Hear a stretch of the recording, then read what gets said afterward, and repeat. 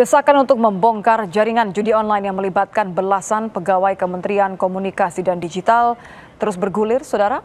Presiden Prabowo Subianto memerintahkan jangan ada lagi pihak yang membekingi sindikat judol termasuk yang melibatkan pegawai Komdiji. Kita akan bahas bersama Wakil Ketua Komisi 3 DPR, fraksi Nasdem Ahmad Sahroni dan pengamat kepolisian dari Institute for Security and Strategic Studies atau ISES, Bambang Rukminto. Selamat petang, Bang Sahroni. Selamat petang, Pak Bambang.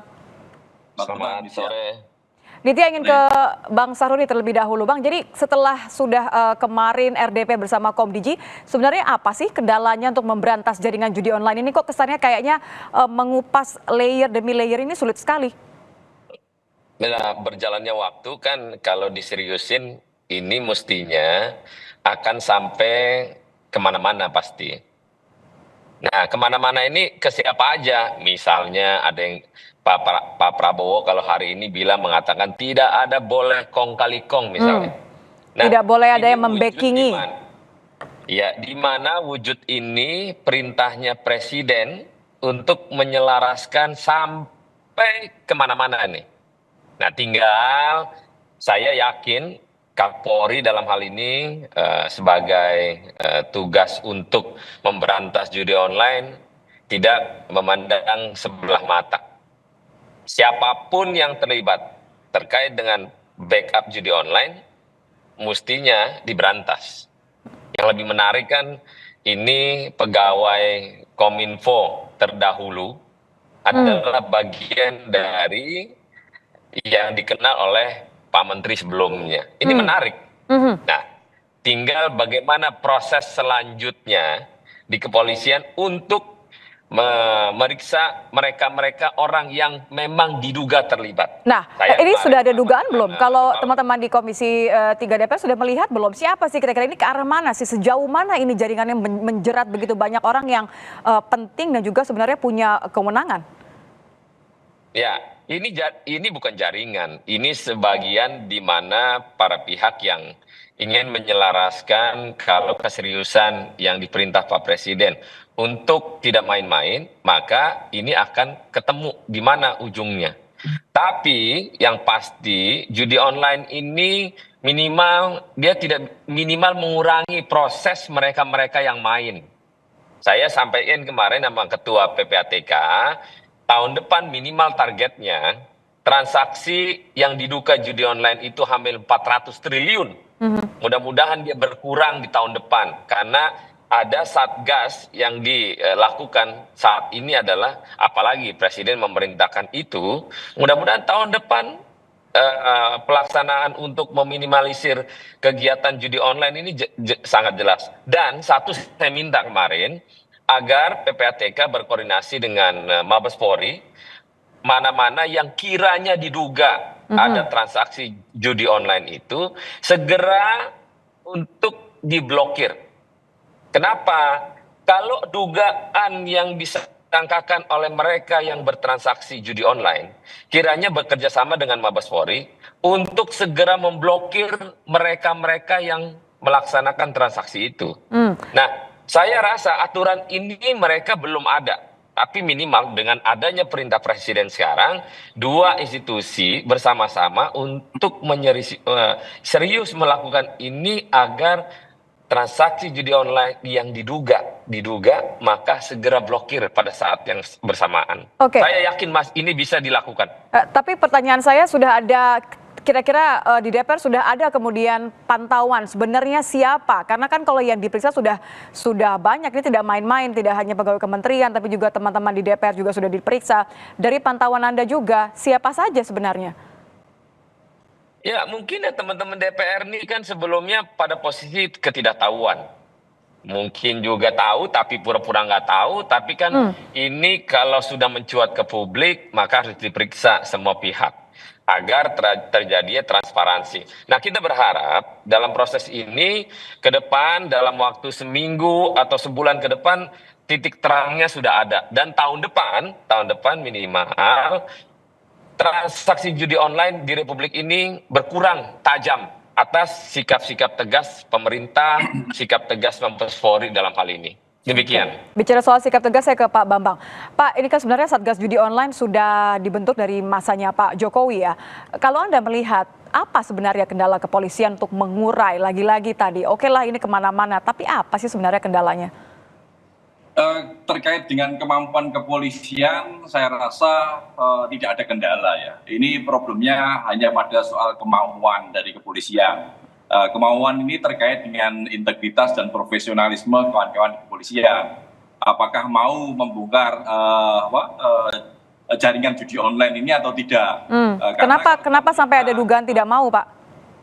Ya, karena terkait dengan isu judi online ini kan sudah bertahun-tahun ya. 2 tahun yang lalu misalnya ketika kasus Verdi Sambo muncul isu konsorsium 303, tapi lepas lagi. Kemudian kemarin Presiden Jokowi juga memerintahkan untuk membuat Satgas Judi Online. Faktanya kan hanya sekedar tabuhan genderang perang saja gitu, tanpa ada perang yang sebenarnya gitu. Makanya saya harap penangkapan di awal pemerintahan Presiden Prabowo ini bukan hanya sekedar gimmick-gimmick saja gitu, hanya sekedar di awal-awal saja rame, tapi kemudian tidak ada konsistensi untuk mengungkap lebih jauh siapa sebenarnya di balik judi online ini. Tadi yang disampaikan oleh Bang Saroni, harapannya ke depan menurun. Target pemberantasan judi online ini apa? Gitu? Apakah sekedar menurun atau benar-benar menghapuskan judi online? Karena kalau setengah-setengah, ini nanti akan muncul lagi situs-situs yang jaringan judi online yang kecil-kecil tapi banyak gitu. Makanya target-target dari pemerintah ini apa untuk pemberantasan judi online? Karena kalau kita melihat sejarah judi ini tidak mungkin bisa dihapuskan di dunia selama dunia ini ada. Gitu. Makanya ke depan seperti apa sikap pemerintah maupun parlemen terkait dengan judi ini? Anda khawatir kalau ini hanya gertak di awal saja, Pak Bambang? Bagaimana, Mbak? Anda khawatir bahwa ini hanya gertakan saja di awal? Ya, bisa jadi seperti itu karena Satgas Judi Online ini sudah lama terbentuk dan di dalamnya ada PPATK, ada kepolisian, ada kejaksaan yang dipimpin oleh Menko Polhukam gitu. Dan mereka pejabat-pejabatnya juga masih ada, Kapolrinya masih ada, gitu, PPATK-nya juga masih ada, gitu. Jadi kalau sekarang ini baru bergerak kencang, ini jangan sekedar gimmick saja, gitu. Saya khawatir hanya sekedar gimmick. Kalau sekedar itu, jangan lagi semangat yang disampaikan oleh Presiden Prabowo. Gitu. Kita berharap ini akan dituntaskan dan menjaring para bandar dan otak dari judi online ini, dan lebih jauh lagi kalau bisa juga terkait informasi yang disampaikan PPATK, kemana uang judi online ini mengalir. Kalau seperti itu pasti nanti ada transaksi TPPU. Ya, ini kombinasi yang tidak bagus ya kalau ada yang dibackingi kemudian juga ditambah dengan gertak sambal. Saya kembali ke Pak Bang Saroni. Bang Saroni, jadi menurut Anda siapa saja yang harus diperiksa dan targetnya sudah dibicarakan belum? Jangan sampai tadi kayak kata Pak Bambang ini cuma di awal saja, tidak ada keinginan, bukan ketidakmampuan.